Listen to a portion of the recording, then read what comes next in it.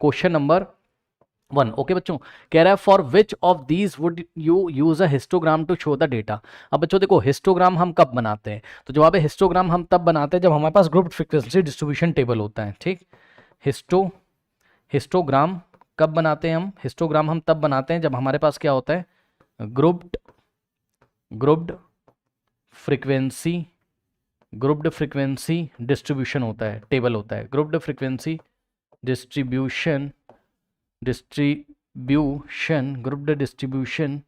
Frequency distribution table होता है। जैसे कि बच्चों मान लीजिए, आइए हम यहाँ पे आपको एग्जांपल ही लेके दिखा देते हैं। ठीक, कह रहा था हाइट, ये यहाँ पे देखो जरा, पहले आपको मैं बताता हूँ, आप यहाँ से ले लो, पहले बी पार्ट ले लो। ठीक है, कह रहा था height of competitors in an athletics meet. Okay, तो कोई एथलेटिक्स मीट हो रही होगी, खिलाड़ी आ रहे होंगे वहाँ। ठीक है, अब उनकी हाइट के बारे में अगर हम बात करें तो क्या ग्रुप फ्रीक्वेंसी डिस्ट्रीब्यूशन टेबल बन सकती है? बन सकती है। कैसे बन सकती है, थोड़ा आपको एग्जांपल दे देता हूं मैं।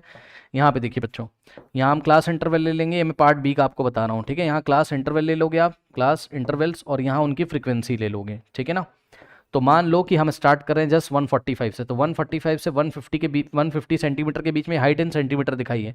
ऐसे कितने खिलाड़ी हैं जिनकी हाइट 145 सेंटीमीटर से लेकर 150 के बीच में, सपोज ऐसे 10 खिलाड़ी हैं, तो इसकी फ्रीक्वेंसी कितनी हो जाएगी? 10। ओके बच्चों, इसी तरीके से 150 से लेके 155 के बीच में कितने खिलाड़ी हैं जिनकी हाइट 150 से 155 सेंटीमीटर के बीच में, सपोज ऐसे 11 खिलाड़ी। इस तरीके से यहाँ पे जब हमारे पास ग्रुप फ्रीक्वेंसी डिस्ट्रीब्यूशन टेबल हो जाएगी तो हम इसका हिस्टोग्राम बना लेंगे, याद होगा आपको। ठीक, हिस्टोग्राम, अब ये सब पहले के वीडियोस देख के आओ, हिस्टोग्राम हम कब बनाते थे? जब ग्रुप फ्रीक्वेंसी डिस्ट्रीब्यूशन टेबल होती थी। ठीक, तो यहाँ तो बन सकती है। ठीक, तो यहाँ तो बन सकती है, और कहाँ बन सकती है? डी पार्ट में भी बन सकती है। पढ़िए, the number of passenger boarding from 7 AM to 7 PM at a station.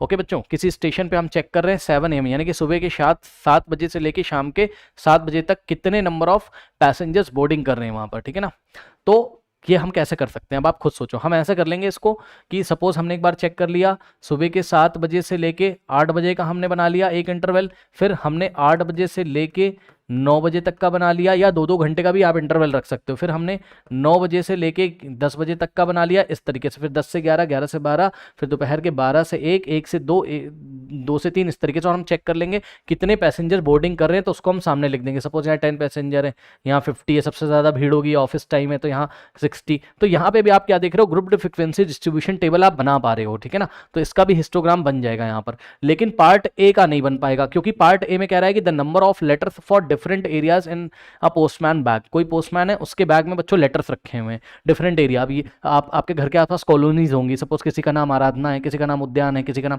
कुछ है, किसी का नाम कुछ है। ठीक है बच्चों, तो यहाँ पे कोई इंटरवल बनने की संभावना नहीं है। यहाँ पर नंबर ऑफ लेटर्स के बारे में हमें पता ही नहीं है ना। अब ऐसा थोड़ी ना है कि मतलब भाई उसके बैग में क्या है, आप क्या करोगे बताओ। हाँ, कोई इंटरवल आप यहाँ पर नहीं ले सकते हो। ठीक है ना, कैसे लोगे आप, सोचो बताओ। हाँ, कि 10 to 12 लेटर्स हैं किसके, क्या कॉलोनी का नाम लिखोगे सामने? या इतनी ऐसी कितनी कॉलोनीज हैं जिसमें नंबर ऑफ लेटर्स 10 to 12 के बीच में है ना। ऐसा कुछ भी यहाँ पर नहीं हो रहा है। मतलब बहुत अच्छा, शायद आपको ना समझ में आ रहा हो, सुन लो ध्यान से। मैं ये कह रहा हूँ कि कोई कॉलोनी है, ठीक, सो उसके बैग में 10 से 12 नंबर ऑफ लेटर्स हैं, और ऐसी कितनी कॉलोनीज हैं? सपोज ऐसी 4 कॉलोनीज हैं। फिर 12 से लेके 14 तक नंबर ऑफ लेटर्स हैं, ऐसी कितनी कॉलोनीज हैं जिनमें जाने वाले लेटर्स का नंबर 12 to 14 है? मान लो ऐसी 7 कॉलोनीज हैं। तो लग तो रहा है कि बन जाएगा, लेकिन प्रॉब्लम ये है कि उसके बैग में कितने लेटर्स हैं ये तो कोई नहीं जानता है ना।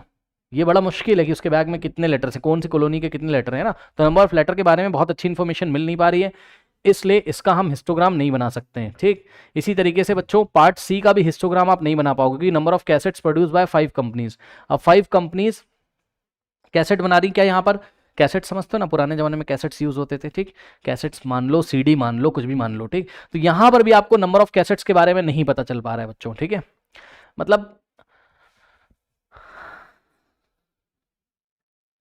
आप क्या सोचोगे इसके बारे में? सोचो कि आप ऐसे सोचोगे 10 to 15 कैसेट्स बनाने वाले कंपनीज का नंबर कितना है? टोटल कंपनीज ही यहां पर 5 हैं। कोई इंफॉर्मेशन नहीं मिल पा रही, कुछ नहीं कर सकते हो आप।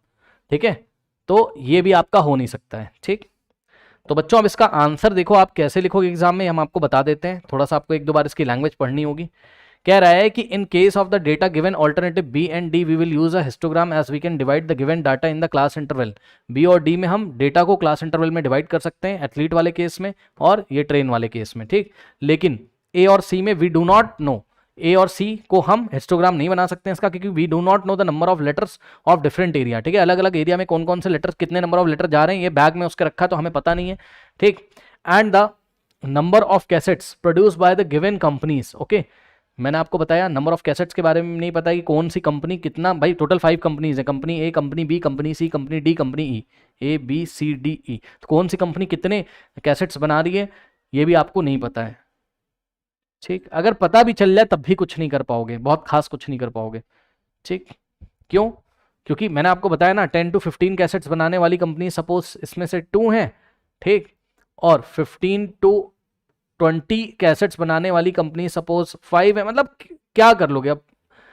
5 तो बहरहाल यहाँ आ ही नहीं सकता है क्योंकि 2 कंपनीज ऐसी हैं, तो बची कितनी, 3 कंपनीज बचेंगी, यहाँ 3 आ जाएगा, ठीक है। बहुत अच्छी इन्फॉर्मेशन नहीं मिल पा रही, मेरे ख्याल से आप फील कर सकते हो, ठीक है ना। बहुत अच्छी इन्फॉर्मेशन यहाँ पर नहीं मिल पा रही, नंबर ऑफ कैसेट्स के बारे में आपको नहीं पता चल पा रहा है, ठीक है ना। तो आप इस तरीके से इसका आंसर कर दोगे, बहुत डिटेल में हम जा नहीं रहे बच्चों, एक बहुत अच्छा क्वेश्चन भी नहीं है कोई खास, ठीक। बस आपको इतना फील यहाँ पर आ रहा हो, जहाँ पे इंटरवल बन जा रहे हैं आपके, ठीक है ना, वहाँ पर आप क्या करोगे, हिस्टोग्राम बना दोगे, क्योंकि ग्रुप फ्रीक्वेंसी डिस्ट्रीब्यूशन टेबल बन जाएगी, और जहाँ पर आपके इंटरवल नहीं बन पा रहे हैं वहाँ आपको, मतलब ग्रुप फ्रीक्वेंसी डिस्ट्रीब्यूशन टेबल नहीं बन पा रही, तो वहाँ पर आप हिस्टोग्राम नहीं बना सकते हो। मेरे ख्याल से आपको समझ में आया होगा, ठीक है स्टूडेंट्स। तो इस तरीके से आप इसका आंसर कॉपी कर लो, ये एग्जाम में क्वेश्चन आएगा भी नहीं ऐसा कुछ,